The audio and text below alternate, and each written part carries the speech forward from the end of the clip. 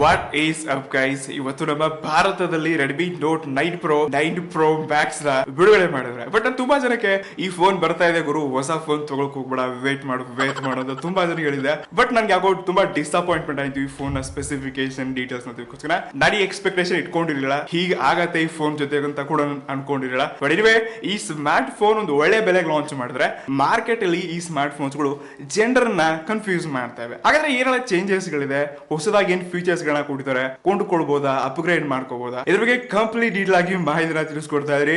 ಇದಕ್ಕೂ ಮುಂಚೆ ನೀವೇನಾದ್ರೂ ನಮ್ಮ ಚಾನಲ್ ಸಬ್ಸ್ಕ್ರೈಬ್ ಆಗಿಲ್ಲ ಅಂದ್ರೆ ಸಬ್ಸ್ಕ್ರೈಬ್ ಮಾಡಿ, ಲೈಕ್ ಮಾಡಿ, ಬೆಲ್ ಹೊಡಿರಿ, ಒಟ್ಟಾರೆ ಸಪೋರ್ಟ್ ಮಾಡಿ. Video like ಆಗಿರ್ಬೇಕಷ್ಟೇ. ಸೊ ಬೇರೆ ವಿಡಿಯೋನ ಶುರು ಮಾಡೋಣ ಫ್ರೆಂಡ್ಸ್. ಮೊದಲನೇದಾಗಿ ರೆಡ್ಮಿ ನೋಟ್ 9 ಪ್ರೋ ಮತ್ತೆ 9 ಪ್ರೋ ಮ್ಯಾಕ್ಸ್ ಏನ್ ನೋಡ್ತಾ ಇದ್ವಿ, ಎರಡರಲ್ಲಿ ಕೆಲವೊಂದು ಫೀಚರ್ಸ್ ಗಳನ್ನ ಸೇಮ್ ಟು ಸೇಮ್ ನೋಡ್ತಾ ಇದ್ವಿ. ಅದು ಪ್ರೊಸೆಸರ್ ಮತ್ತೆ ಈ ಉಳಿದ 3 ಕ್ಯಾಮೆರಾಗಳೇನಿದೆ ಅದರಲ್ಲಿ ಸೇಮ್ ಲೆನ್ಸಸ್ ನ ನೋಡ್ತಾ ಇದ್ವಿ. ಬ್ಯಾಟ್ರಿನಲ್ಲಿ ಕೂಡ 5020 mAh ಎರಡರಲ್ಲಿ ಕೂಡ ಸೇಮ್ ಟು ಸೇಮ್ ನೋಡ್ತಾ ಇದ್ವಿ. ಸಿ ಪೋರ್ಟ್ ಮತ್ತೆ ಫಾಸ್ಟ್ ಚಾರ್ಜಿಂಗ್ ನಲ್ಲಿ ರೆಡ್ಮಿ ನೋಟ್ 9 ಪ್ರೋ ನಲ್ಲಿ ನಿಮಗೆ 18 ವ್ಯಾಟ್ ನ ಪವರ್ ಔಟ್ಪುಟ್ ಸಿಗುತ್ತೆ. ನೋಟ್ 9 ಪ್ರೋ ಮ್ಯಾಕ್ಸ್ ಅಲ್ಲಿ 33 ವ್ಯಾಟ್ ನ ಪವರ್ ಔಟ್ಪುಟ್ ಸಿಗ್ತದೆ. ಬಟ್ ಇಲ್ಲಿ ಜಾಸ್ತಿ ಅಪ್ಗ್ರೇಡ್ ಅಂದ್ರೆ 5000 mAh ಬ್ಯಾಟ್ರಿ ಕೊಡ್ತಾ ಇದ್ರೆ ಇದೊಂದು ಒಳ್ಳೆ ಕೆಲಸ ಮಾಡಿದೆ ನನ್ನ ಪ್ರಕಾರ ಶೋಮಿನವರು. ಇದು ಈ ಸ್ಮಾರ್ಟ್ ಫೋನ್ ಅಲ್ಲಿ 6.67 ಇಂಚಸ್ ಇರುವ full HD plus punch hole ಮಧ್ಯದಲ್ಲಿರುವಂತಹ ಡಿಸ್ಪ್ಲೇ ನ ನೋಡ್ತಾ ಇದ್ವಿ. ಎರಡು ಸ್ಮಾರ್ಟ್ ಫೋನ್ಸ್ ಗಳಲ್ಲಿ ಸೇಮ್ ಡಿಸ್ಪ್ಲೇ ನ ಕೊಡ್ತಾ ಇರುವಂತದ್ದು.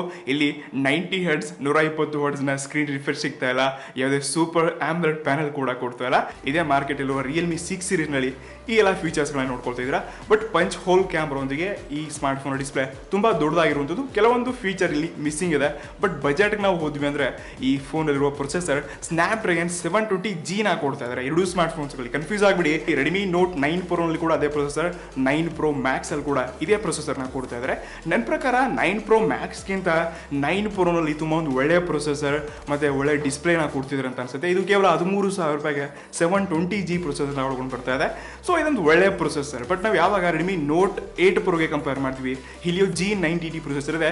ಇದರಲ್ಲಿ ನಾವು HDR ನಲ್ಲಿ ಪಬ್ಜಿ ಆಟ ಆಡ್ಕೋಬಹುದು. ಯಾವುದು ರೆಡ್ಮಿ ನೋಟ್ 8 ಪ್ರೋ ನಲ್ಲಿ ಮತ್ತೆ ರಿಯಲ್ಮಿ 6 ನಲ್ಲಿ. ಬಟ್ ಯಾವಾಗ ನಾವು ಈ ರೆಡ್ಮಿ ನೋಟ್ 9 ಪ್ರೋ ಮತ್ತೆ 9 ಪ್ರೋ ಮ್ಯಾಕ್ಸ್ ಅಲ್ಲಿ ಕಂಪೇರ್ ಮಾಡ್ತೀವಿ, ನಾನು ಕಂಪೇರ್ ಟು ರಿಯಲ್ಮಿ 6 ನಲ್ಲಿ ನೋಡ್ಕೊಂಡು ಹೇಳ್ತಾ ಇದ್ದೀನಿ. ಬಟ್ ಇದಕ್ಕೆ ಸಪೋರ್ಟ್ ಆಗತ್ತಾ ಆಫೀಸಲ್ಲಿ ನಂಗೆ ಗೊತ್ತಿಲ್ಲ. ಬಟ್ ಇದರಲ್ಲಿ HDR ನಲ್ಲಿ ಗೇಮಿಂಗ್ ಆಡೋಕ್ಕಾಗಲ್ಲ. ಬಟ್ ಈ ಬಜೆಟ್ಗೆ ಒಂದು ಒಳ್ಳೆ ಪ್ರೊಸೆಸರ್ ಅಂತ ನಾನು ಹೇಳಬಲ್ಲೆ. ಬಟ್ ಜಾಸ್ತಿ ಅಪ್ಗ್ರೇಡ್ ಎಕ್ಸ್ಪೆಕ್ಟೇಷನ್ ಜಾಸ್ತಿ ಈ ಸರ್ತಿ ನಮ್ಮ ರೆಡ್ಮಿನವರು ಕೊಟ್ಟಿಲ್ಲ ಅಂತ ಹೇಳ್ಕೋಬಹುದು. ಇದು ಫ್ರೆಂಡ್ಸ್ ಈ ಸ್ಮಾರ್ಟ್ ಫೋನ್ಸ್ ಗಳಲ್ಲಿ ತುಂಬಾ ಒಂದು ಒಳ್ಳೆ ಕ್ಯಾಮ್ರಾ ಸೆಟಪ್ ಮಾಡಿದ್ರು ಅಂತ ಪರ್ಸನಲಿ ನನಗೆ ಫೀಲ್ ಆಯ್ತು. ರೆಡ್ಮಿ ನೋಟ್ 8 ಪ್ರೋ ನಲ್ಲಿ ಸ್ಯಾಮ್ಸಂಗ್ ನ GM1 ಸೆನ್ಸರ್ ಆದ ತಕ್ಷಣ GM2 ಸೆನ್ಸರ್ ಹೊಸದಾಗಿ ಲಾಂಚ್ ಮಾಡಿರೋದನ್ನ ಇದೇ ಮೊದಲ ಬಾರಿಗೆ ಈ ಫೋನ್ ಅಲ್ಲಿ ನೋಡ್ತಾ ಇದ್ವಿ. ಸೊ ಅಪ್ಗ್ರೇಡ್ ಇದೆ ಅಂದ್ರೆ ಸ್ವಲ್ಪ ಆದ್ರೂ M31 M30 ಅವ್ರ AI ಗಿಂತ ಸ್ವಲ್ಪ ಒಳ್ಳೆ ಕೆಲಸ ಮಾಡಿದೆ ಅಂದ್ರೆ ಇದೊಂದು ಒಳ್ಳೆ ಕ್ಯಾಮ್ರಾ ಸಿಗುತ್ತೆ.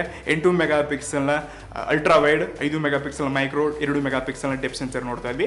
ಇನ್ನು 6 ಸೆನ್ಸರ್ ಅಂತ 64 ಮೆಗಾ ಪಿಕ್ಸೆಲ್ ನ ರೆಡ್ಮಿ ನೋಟ್ 9 ಪ್ರೋ ಮ್ಯಾಕ್ಸ್ ಅಲ್ಲಿ ನೋಡ್ತಾ ಇದ್ವಿ.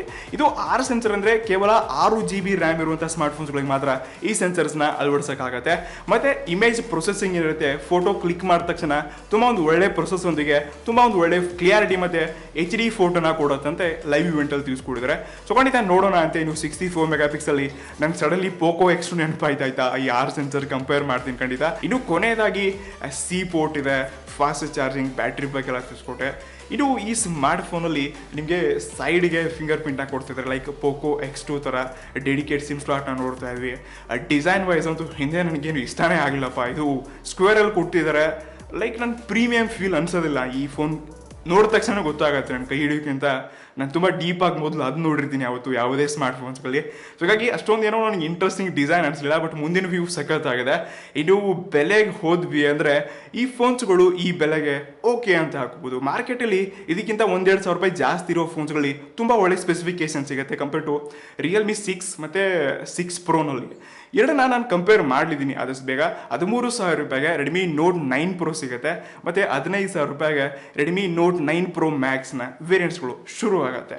ಸೊ ಖಂಡಿತ ನಿಮ್ಮ ಹತ್ರ ರೆಡ್ಮಿ ನೋಟ್ 8 ಅಥವಾ ನೋಟ್ 8 ಪ್ರೋ ಏನಿದೆ ನಿಮಗೆ ಅಪ್ಗ್ರೇಡ್ ಮಾಡುವಂಥ ಆಪ್ಷನ್ಸ್ಗಳು ಇಲ್ಲೇ ಇಲ್ಲ. ಸದ್ಯಕ್ಕೆ ನೀವು ಒಂದು ಬೆಸ್ಟ್ ಫೋನಾಗಿ ಯೂಸ್ ಮಾಡ್ತಿದ್ದೀರಾ, ಇದನ್ನು ಅಪ್ಗ್ರೇಡ್ ಮಾಡಿ ಬೇರೆ ಫೋನ್ಸ್ಗಳ ಕೈ ಹಾಕಕ್ಕೆ ಹೋಗ್ಬಿಡಿ ಆಯ್ತಾ.